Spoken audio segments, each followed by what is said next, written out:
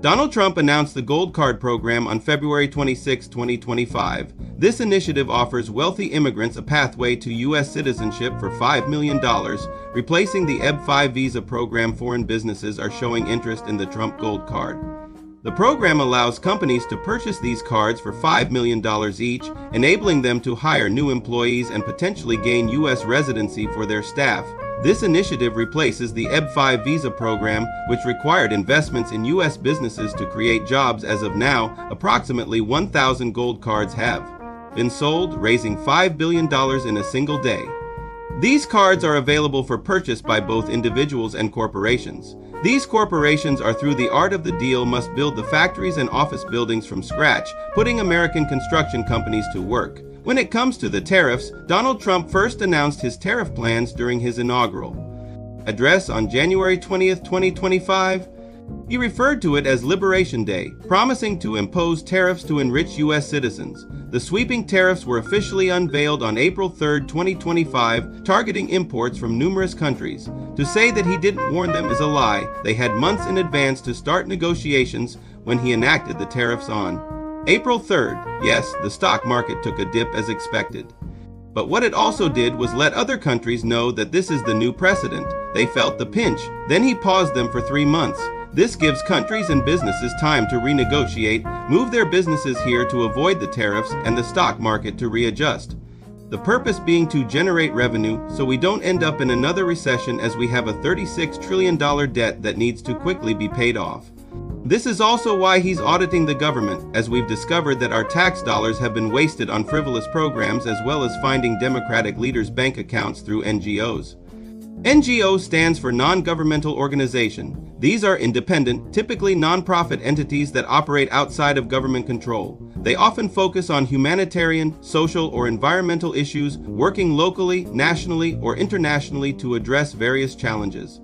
These have been found to be fraudulent slush funds for leaders in the Democratic Party, hence their complaints about Elon Musk. But soon Kash Patel and Pam Bondi will be investigating and filing charges on them as soon as the budget is finally balanced. Quick note, this is why when you go for the king, you don't miss his revenge. Will be brutal. Now, as far as China goes, Chinese factories, not all of them have not shut down entirely due to the tariffs, but plenty of them have, because the U.S. market is their biggest customer base and they are facing significant challenges. Many Chinese companies are adapting by relocating operations to other countries, such as Vietnam and Jordan, to avoid the high tariffs imposed by the U.S. on Chinese goods. This strategy allows them to continue exporting to the U.S. without being heavily taxed. The things that China produces can easily be produced by either ourselves or other countries. We aren't bound to them. And most of it are things we don't need, like iPhones, toys, clothes, and furniture. Whereas we export agricultural products, soybeans, corn, and pork are major exports, with soybeans being particularly prominent. Energy products, crude oil and liquefied natural gas (LNG) are key energy exports. Aircraft and parts, civilian aircraft, and related components are significant contributors. Electronics, integrated circuits, and microassembly parts used in manufacturing electronic devices. Medical and pharmaceutical products, blood products, vaccines, and other medical supplies. They need us way more than we need them, which in all honesty, we don't. With over 70 countries in negotiations with the United States over the tariffs, some presidents catching flights to negotiate in person, it's a guarantee that the United States will pay down the debt, create the External Revenue Service, eliminate taxes for those who make less than $150,000 a year, and bring industry back to the country, making it formidable once again.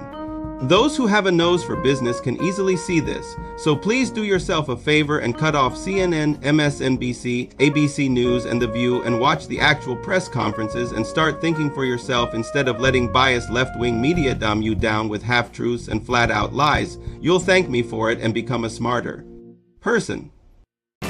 What do you have? Go ahead. No, that's enough. Go ahead.